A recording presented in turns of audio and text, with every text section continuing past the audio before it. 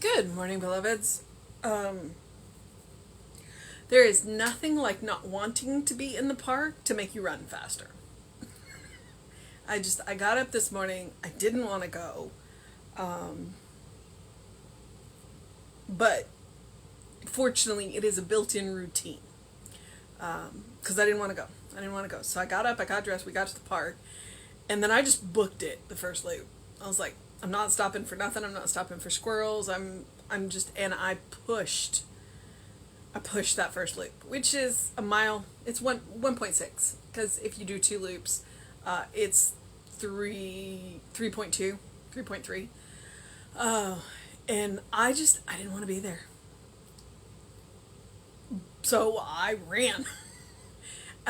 Which means that I kind of paid for it the second loop. I haven't looked at my splits, but I fully expect that third mile to be pretty bad, which is okay, which is fine. I'm I am a recreational athlete. I am not a professional athlete, so it really, you know, the only person I'm competing against is me. Just and if I'm pretty close to my last time, even if it's worse, that's fine. I I I'm not out to win any awards. I do it. I do it one for the exercise and two because it makes me feel good. Um, Not necessarily while I'm doing it, but even there, uh, it's like the only bad run is a run you don't do, unless you get injured. But that's a different story. The only bad run is a run you don't do because even if you don't want to do the run, you go out and do it, you feel better. If you're a runner, everybody has that thing. Trust me, with running, you either love it or you hate it. There is no in between.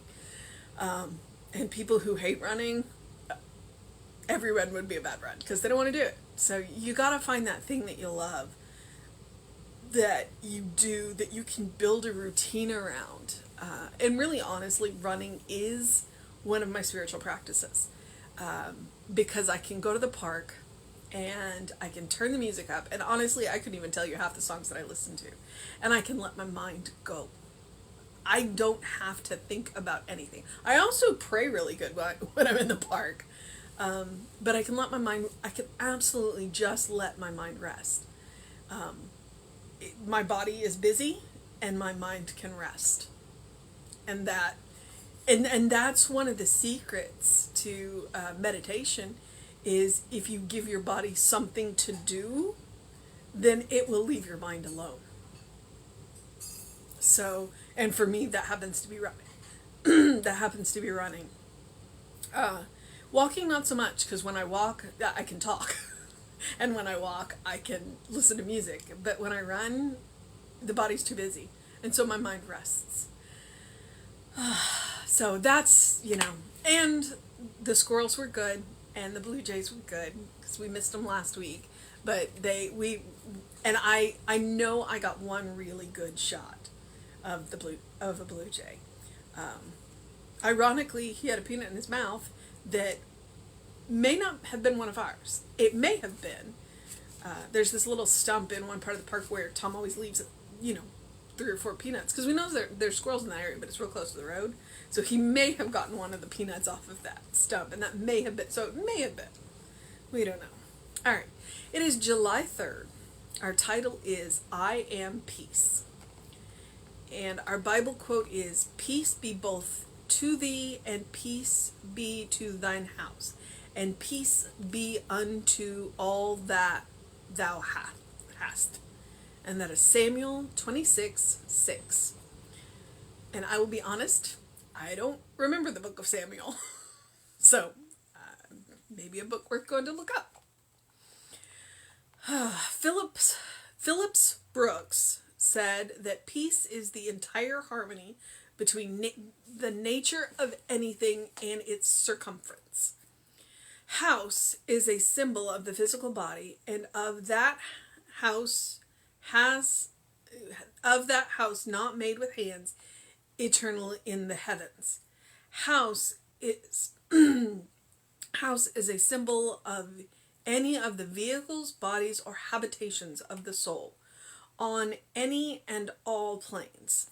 The Bible speaks of the house of bondage and the house of freedom. Symbolically, it tells us that we must come out of the land of Egypt, out of the house of bondage, that we must be led by the divine Spirit into that true home, which is heaven. Jesus said that in my Father's house there are many mansions. Today, I permit my mental house to be at peace. I know that my true home is heaven, and that the kingdom of heaven is at hand. Today, I enter into this permanent home. I consciously move in and make my dwelling place in this house of peace and gladness. The perfect life of God now expresses through me. As the sun dissolves the mists, so my knowledge of truth dissolves all pain and discord. There is nothing for me to fear. God is my life, my strength. I claim my true sonship. I claim my divine inheritance of perfect life. Today, I am made perfect through conscious union with the source of all life. I have peace in the household of the Lord. Okay. I think I'm going to have to think about this one. One of my classmates, Reverend Kathy Mastriani, who is absolutely wonderful. I love her. And if you want to interact with her, please go over to the Science of Mind archives. Science of Mind archives. You can go in person. It's up in Golden, Colorado. Or she's on Facebook. The Science of Mind archives is on Facebook. And she is the Queen of Peace. She calls herself that. And I fully believe that she is the Queen of Peace. Because she even has... Her voice is soft. The way she speaks to you is soft. It's gentle. It's authority. She has authority behind her words. But she is a gentle person, and she wants nothing more in this world than peace. And she wants peace for everyone, not just for herself. But she also understands that that's where peace starts, and she's wonderful. And anytime I see anything that has anything to do with peace or chocolate, she also loves chocolate, and she's a phenomenal baker. I think of her. So today it says I am peace, and who pops into my head but my Queen of Peace, which is my friend Reverend Kathy. So yeah, she just has that. She's one of those people that she's peaceful to be around, and so you want to be in her presence because her peace just kind of creeps up on you and just kind of settles on you, and then everything's peaceful. She's absolutely wonderful. And I hope that you have somebody like that in your life. Because I think we all do. And we probably have more than one. She's just, like I said, she's the one that pops into my head when somebody says peace.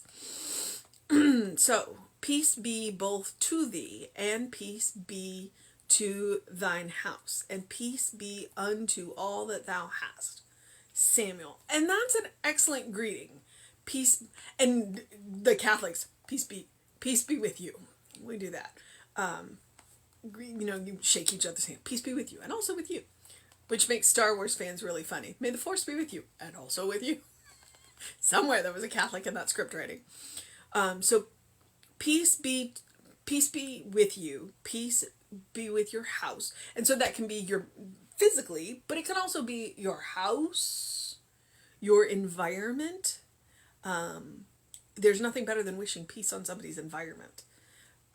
Because it's a whole lot easier to be peaceful in and of yourself if your environment is more peaceful. I am very cluttery. My environment is not peaceful. It is something that I'm working on. And you can actually see the state of my mind based on how cluttery things are. Like right now, my desk is a hot mess. It's something I need to work on because it tells me that my mind is probably cluttery and a hot mess. So peace be unto thee, peace be on thy house, and peace unto all that thou hast. May everything around you be peaceful. May your interactions be peaceful. Can you wish anything better on someone else? Peace. Because honestly, it's another word for love. Peace, gratitude, harmony, creativity. They're all words for love. Peace be with you. I have no idea who Phillips Brooks is. It sounds like an not a poet though, so might be worth looking into. So there are a lot of quotes in here. Phillips Brooks said that peace is the entire harmony between the nature of anything and its circumference. All right, a little bit of math there. House, also in quotes, is a symbol of the physical body and of, open quotes, that house not made with hands eternal in heaven. End quote. Okay. So that house not made with hands eternal in the heavens. What? And then they go on to interpret it for you. House is the symbol of any of the, quote, vehicles, bodies, or habitations of the soul. End quote. Vehicles, bodies, or habitations of the soul. Because that's what the material form is. It is literally a vehicle. It is a vehicle that carries the soul that is forever. And they wear out. We do our best to take care of them. We do our best to make them last as long as possible because we have work to do. And when we are done with the work, then we shed the vehicle and we get a new one. And will it look like this? Who knows? Who knows? Or will it look completely different? Will it be, material? We don't know. And honestly, most of the time I'm okay with that. Most of the time I'm okay with that. I have the faith that there is another vehicle. There have been previous vehicles. There will be other vehicles. Because I have work to do. And it is not melancholy work that I do. It is vital and dynamic and important work that I do. Because I'm here to learn who I am. And I'm here to engage with other godlings. And I'm here to have experiences. That's the work that I do. And what more can any of us want than that?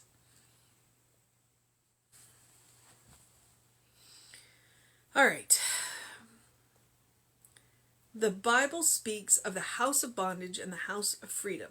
Symbolically, it tells us that we must come out of the land of Egypt, out of the house of bondage. If you go back and look at that story, they were in a dire situation. They moved into another country and saved themselves, and then they didn't leave. And maybe sometimes, if you look at that story that way, that we move out of a situation into another one, and then we stay too long. And we bind ourselves to this new situation, which is no longer new, and we overstay how long we should, and then we are truly in bondage. And maybe it is time for us to cut those ties and move on because we have other work to do. Because most of the time, the bondage is of our own making. And if I go back and look at that Bible story, and that's kind of, don't ask me where this is coming from, but that's what I feel. It's like, okay, there was a famine. So we're going to move into this country because this country has prepared for the famine, and we're going to make our lives and homes here. Well, the famine is over. Why are we still here? Is it not time for us to go home? Is it not time for us to move on and do other work? Sometimes we've just overstayed our welcome, and we in a situation, and it is time to move on. And so we are the ones keeping ourselves in bondage. Huh.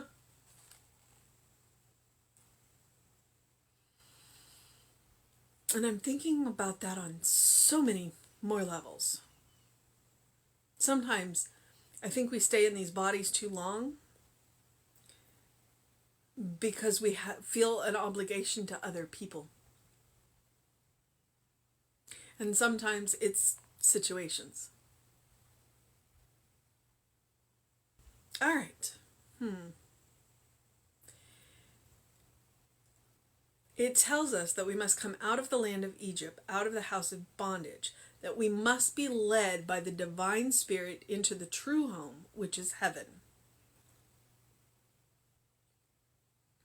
We must be open and willing and listening to guidance. Jesus said that in my Father's house there are many mansions.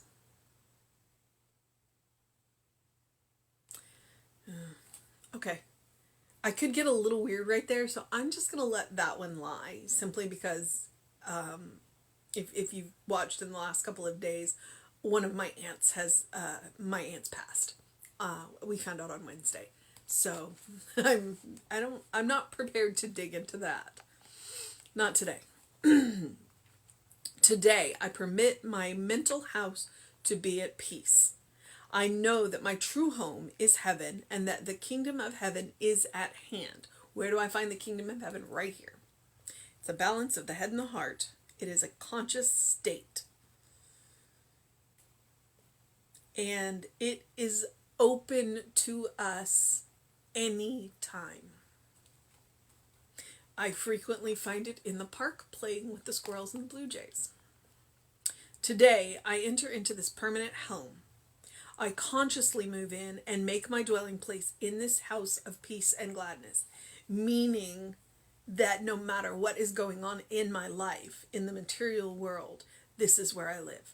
I stake my claim, this is my heaven, and what comes into my house will be peaceful. It will be glad. It will be joyous. Even when news like the passing of my aunt, because I know that she's safe. I have faith. So it is still a house of peace, even with sadness. Because the sadness isn't for her. The sadness is for us, who she has left behind. The perfect life of God now expresses through me. As the sun dissolves the mist, so my knowledge of truth dissolves all pain and discord. My knowledge of my faith, my knowledge of heaven, my knowledge of the consciousness, my knowledge of spirit, my knowledge of God, my knowledge of who I am, my knowledge of who everyone is. Everyone is a beloved child of God. There is nothing for me to fear. God is my life, my strength.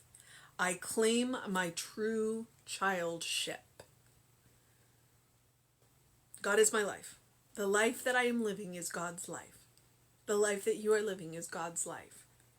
We are truly children of God, and that is where our strength comes from. It comes from an inexhaustible source, and it comes from a source that loves. So claim your inheritance. I claim my divine inheritance of perfect life. Remember that perfect means whole. It does not mean flawless. It doesn't mean that things won't happen. Because sometimes the best things that happen to us start with a mistake.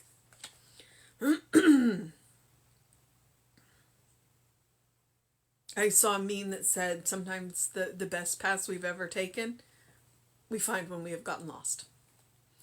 Today, I am made perfect through the conscious union with the source of all life. conscious union with the source of all life. I have peace in the household of the Lord. So there's your mission. Our mission today, should we choose to accept it, is that conscious union with the source of all life. It is about permitting our mental house to be at peace because we have that knowledge. It's to use the knowledge that we have. Then enter into that conscious union with the source of all life. And when we can do that, then peace will always be with us. Even when the chaos is around us, we can find ourselves to be that calm in the eye of the storm. That is really, honestly, one of my goals is to be the calm, the eye. When things get really chaotic around me, then my goal is to be at peace and then let that peace spread out. Now, if things never got chaotic around me, that would be good too. I'm totally fine with that. I do not need to be the eye in a storm. But if there is a storm, I want to be the eye. So, may you be the eye in your storm, and may the storm sputter out to the nothing that it always was. So, do something loving for yourself, do something kind for yourself, do something compassionate for yourself, whatever it looks like.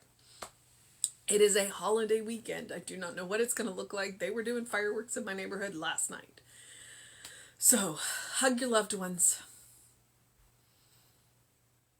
Or reach out to your loved ones and say hi.